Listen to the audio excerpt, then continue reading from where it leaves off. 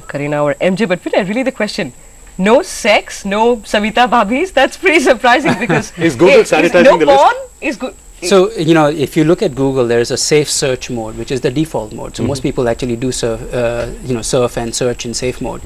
But if you look at the overall list, and I was here 2 years ago when we did the first Zeitgeist, and that list was all websites. It was Gmail, Rediffmail, Yahoo, you name it. And so it was very tech heavy. And over the years, what we are finding is this year's list is really not tech heavy. It's about budget, it's about elections, Michael Jackson, Twitter, Kumbak, Ishq, and it still doesn't figure. No, but it's really a reflection of what people talk about. I mean, it's the same kind of list that maybe if you guys did the list yourselves, you probably see the same thing. Right? We unfortunately don't have the ability to see into people's minds and see what they're thinking. But the question still stands, Smita. Right. No sex on any of your lists, right? And I'm sure sex and pornography and Savita Bhabhi, which was all the rage last year, must have been a significant number of people searching for these things, either in safe mode or in unsafe mode. What we're asking. Are you sanitizing these results to be for acceptance by India?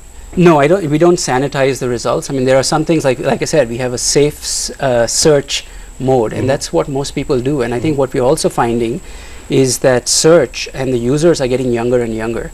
So making sure that all the more reason why exactly, that because we want to make sure that this is a safe environment. The younger they get, the more interested in sex they would be. Okay, up to a point. All right, up to a point. All right.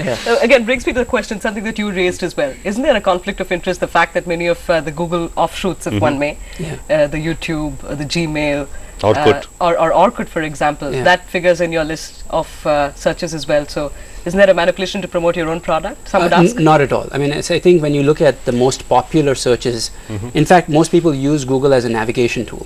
So when they go to things like Orkut and Gmail, it's not because they're really searching about Orkut or Gmail. They just want to go to that site, right? And if you look at any third-party source and you look at what are the top 10 sites within India, you'll find that Gmail and Orkut and Yahoo Mail and others will certainly figure in that. So it's very much right. But when I type best free email, you sort of have Gmail coming up there. So you squeezed it in somewhere on top so that. To be fair to him, it's a sponsored ad on the site. Right. So theoretically, Gmail is paying Google through the AdWords mechanism to get it up there. Right. Yeah, so but the question I have is, I see Facebook at number 9, and Facebook is all the rage in India. Right. So why is Facebook so apparently popular amongst all of us, and we're all on Facebook, and yet in the Google search rankings, it's way down 9, and it's below Rediffmail, for instance, and below Yahoo, below the Indian Railways. Right. No, I think Facebook is clearly a global phenomenon, and it's growing very, very fast in India. It was not on the list last year. It's on the list this year. Why is it faster than Orkut? Orkut tends to be bigger. In fact, it's still bigger than Facebook. And with Orkut, actually, we've grown faster this year than we have in any year prior to this. Okay. So I think what you'll find is many people in the metros are, sort of on Facebook. You go to tier 2, tier 3 cities. They're all on Orkut. They're all on Orkut, and we've been doing a lot of things on Orkut as well. Okay, we'll take your word for that for now. We'll discuss in the break because it's time for a quick one here, and as we do so, the third most viewed video, and this one's no surprise. My boy, hello, my boy, hello, my boy, hello, my boy, hello, my boy.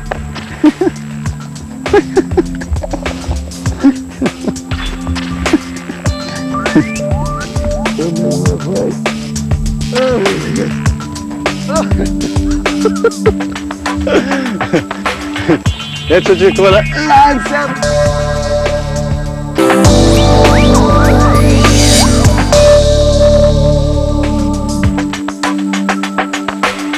Welcome back. Google's most searched celebrities list doesn't really throw up many surprises. Usual suspects, I'd say Katrina Kaif, Sarah Palin, Salman Khan, Rahul Gandhi. Here's Sushant Mehta with celebrities the netizens love.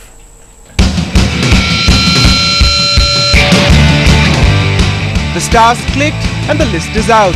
Time to find out exactly which celebrities have got Indian netizens sticking. Katrina, you're just awesome, Katrina. Katrina, we love you! Whoa! Katrina Kaif is a beautiful girl. She's sexy. She is the most searched, most downloaded and perhaps the most desired Indian celebrity. If you've surfed the Indian Netscape, you've searched for Katrina Kaif's pictures, articles, videos and maybe even met a virus named after her. Kiss me, kiss me, kiss me.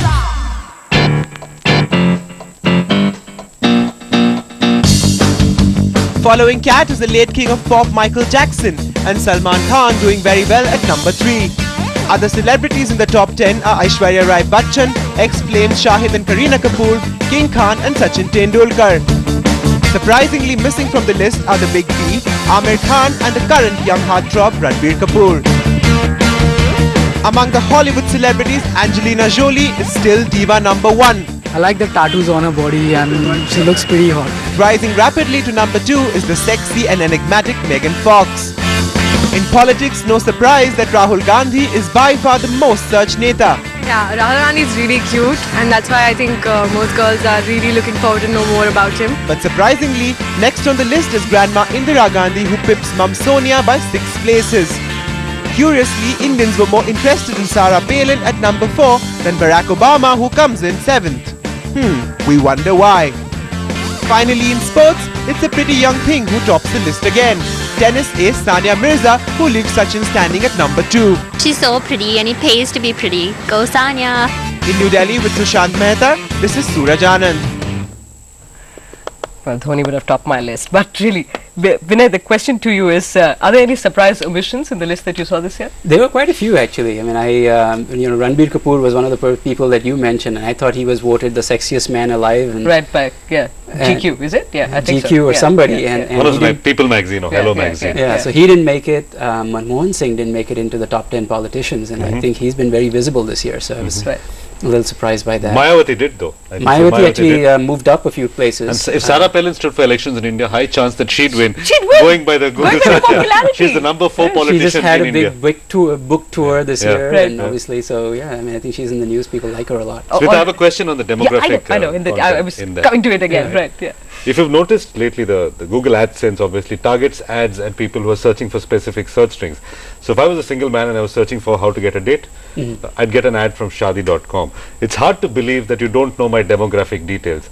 The fact that AdSense is throwing up an ad specifically targeted at me and my demographic means that Google knows a little bit more about my demographic. A lot of people would say that's scary. Why? What gives Google the right to know this about me? So AdSense so what gives Google the right? I don't know about the right, because I never want to take rights from anybody, but specifically how AdSense works is it's content targeting.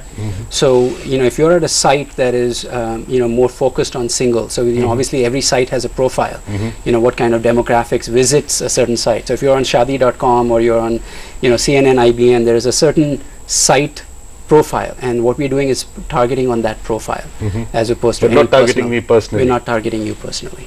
Smita, any fears of Google? We were talking about this. Fears about Google becoming the big bad corporation. Right. Google started off as this maverick organization of Sergey Brin and Larry Page in a romantic Stanford garage who invented this brilliant technology called PageRank, which was better than anybody else at Google searching. that PageRank, right? PageRank technology. Yeah. So if, for instance, Coke has got this ingredient called 7H, which is apparently locked in a vault. Right. So PageRank is their ingredient 7H, which they invented. Right. So they formed this quirky little company called Google, which could search faster and better. Right. Over time, Google has become the big bad monster that everybody feared it would help demolish. Google is the other Microsoft. Vinay? Bill Gates said that recently, that Google will now face many of the problems that Microsoft faced growing up and becoming this software giant. Quickly in 10 seconds. Will Google be punished for its success, you think? So first of all, we have no idea, no intentions of becoming evil. It's one of our part of our corporate mission is don't be evil. Don't be evil. Don't be evil, right. Exactly. So I think what we do, in fact, what we do for users is topmost. Almost all our products are free. Okay. So the question is, how do you become evil when you're giving free products and adding value to users all the time? All right. I'm sure Suresh has an answer to that, but I'm afraid we're running completely out of time. Good defense, though. Good defense, though. Right. Thanks so much for joining us. Well, in the meanwhile, in the break, I did search Google for the cure for common cold. Pretty confusing. I think I should just give a call to my mother. Haven't invented it yet. So. Right, haven't invented it yet either. Thanks very much, Suresh, Vinay, for joining us. Possibly you'll be joining us next year as well when that list is out. That's it then from me for the moment on this show. We're leaving you with the most watched video, and it gets my vote as well.